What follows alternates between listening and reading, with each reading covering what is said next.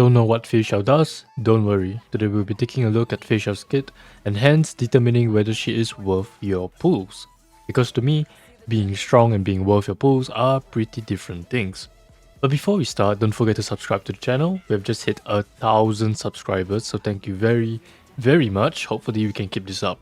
Anyways, her basic attack, like most others, is pretty useless and ideally you are using her skill every single turn. It does slightly higher damage than her basic attack, but more importantly, it immediately launches one follow-up attack and increases Fei Xiao's attack by 48% for 3 turns. This follow-up attack only does 110%, but it can also be triggered whenever an ally attacks, once each turn, to kind of like Hunt March 7's follow-up attack. Hence, it is possible for Fei Xiao to get 2 follow-ups each turn. There are 2 reasons why you would want to use Fei Xiao's follow-up. The first is because it gives Fei Xiao a 60% damage buff. Yeah, a 60% damage buff. It's for 2 turns, but honestly, it really doesn't matter because you are going to be using a follow-up every single turn, meaning Fei Xiao will pretty much have a 60% damage buff permanently. The other is because it helps you to regenerate Fei Xiao's ultimate. The ultimate is pretty similar to Acheron, where instead of 1 debuff gives you 1 stack, it's 2 attacks give you 1 stack. Yes, any attack, ultimate, follow-up, skill, basic, whatever. She needs 6 in total to use her ultimate, but she can get up to 12 stacks in total, which allows you to control better when you want to use her ultimate. Her ultimate has a 700% attack multiplier, which is higher than average, especially because it's single target. The next highest attack multiplier for a single target attack is actually Celi's ultimate at 425%. And again, just like Acheron, her ultimate can reduce toughness regardless of weakness types, and even increases her own break efficiency by 100%. Her ultimate is made up of 6 bolts under blitz or War Axe Skywards, and then 1 final hit of Terra Split. Basically, you can control which attack you want, either bolts under blitz or War Axe Skyward.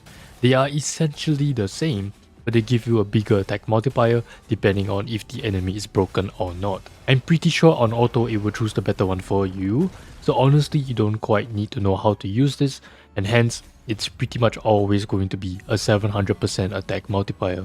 Another very important part about her ultimate is that it is also considered a follow-up attack, and she gets a 36% crit damage increase for follow-ups.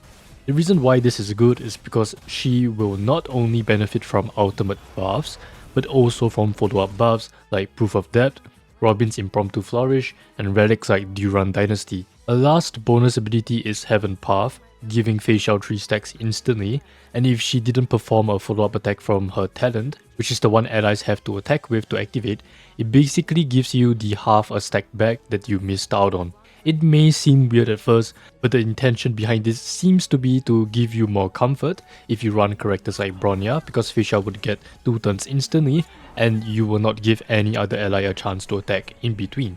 Finally, her technique allows her to suck in enemies and then she gains 1 stack and deals damage based on the number of enemies sucked in, so you can do pretty stupid stuff like this. Finally, her trace stats are attack percentage, crit rate, and defense. I think it's a little bit sad she gets defense as a minor trace, but it's whatever I guess. And so overall, her kit is pretty overloaded even though it's pretty simple. She gets 48% attack buff, 60% damage buff, 36% follow-up attack crit damage increase, 700% attack multiplier, 2 follow-ups in 1 turn, her ultimate can ignore minus types and it's also considered a follow-up attack, and if you have a signature, you can even ignore 54% defense. Like I've mentioned in the previous video, this is more than enough to immediately understand Fei Xiao will be a very strong unit, especially when compared to previous units. If you didn't know any better, you might think that lots of self-buffs is actually worse than a higher multiplier like this person, but that is not really the case and you can prove it pretty easily. So here we have Fei Xiao's ultimate damage. This top line, this red bar, is basically the current Fei Xiao with all her buffs. She gets the 48% attack, 36% crit damage, the 60% damage buff and stuff like that. With teammates, it can do up to 400,000 damage.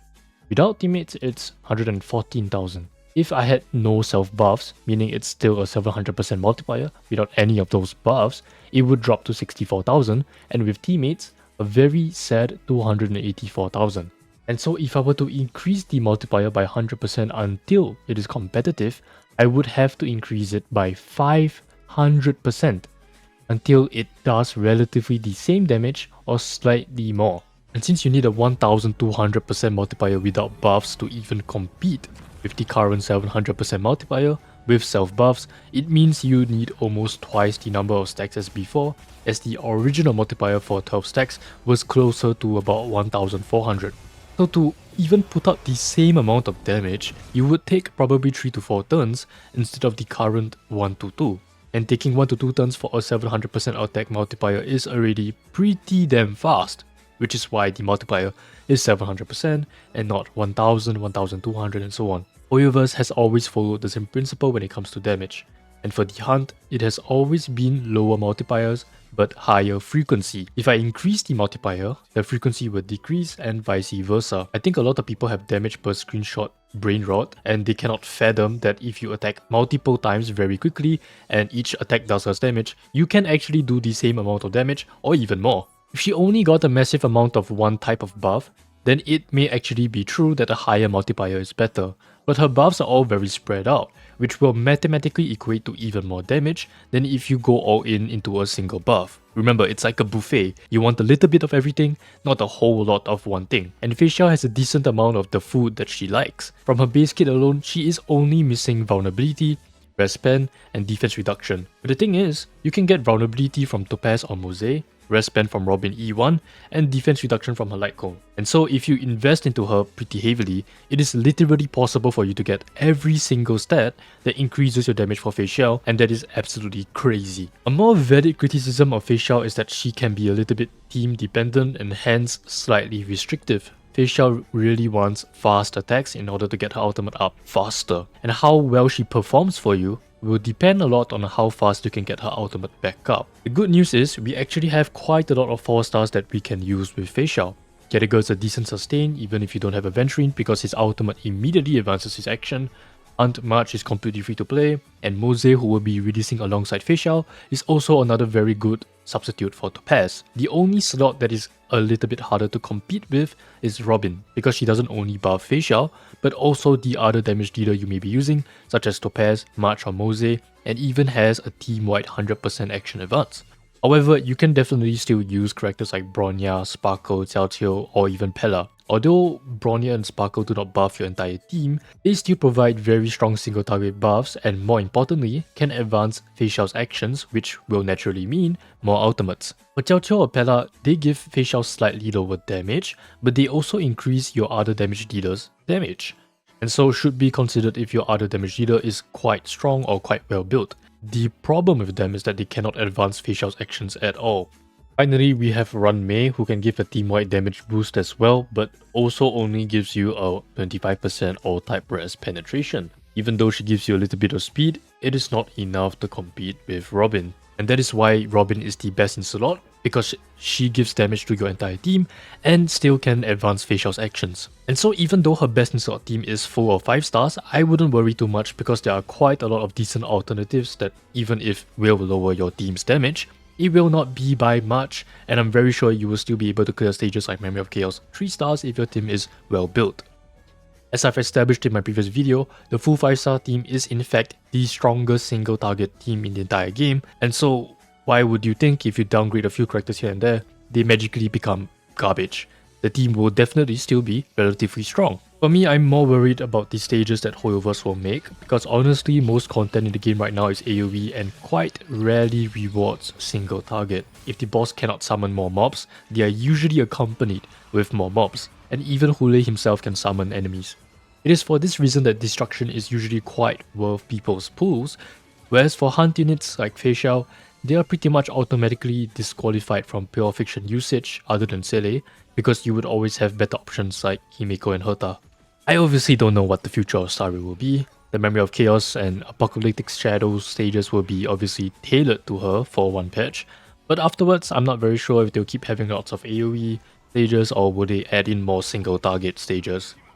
If they ever make more single target stages, then Feixiao's value will obviously be much higher than what it currently is.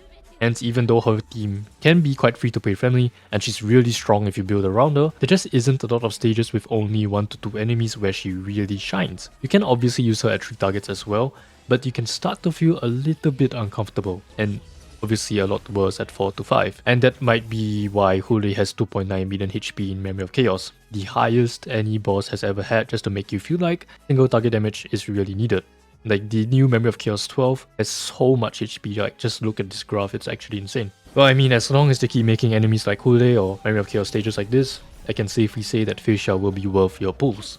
But if you're looking at what we currently have, I'm a bit more hesitant to recommend pulling for her unless you already have some of her best supports like Robin, or if you're able to pull Robin at the same time. She's definitely still going to be pretty good purely because she's so strong, but at the same time you might not have a lot of stages to use her in if you already have another AoE team built like Acheron, Firefly, Jingliu and so on. Anyways, that's pretty much it for the video, so as always, thanks for watching.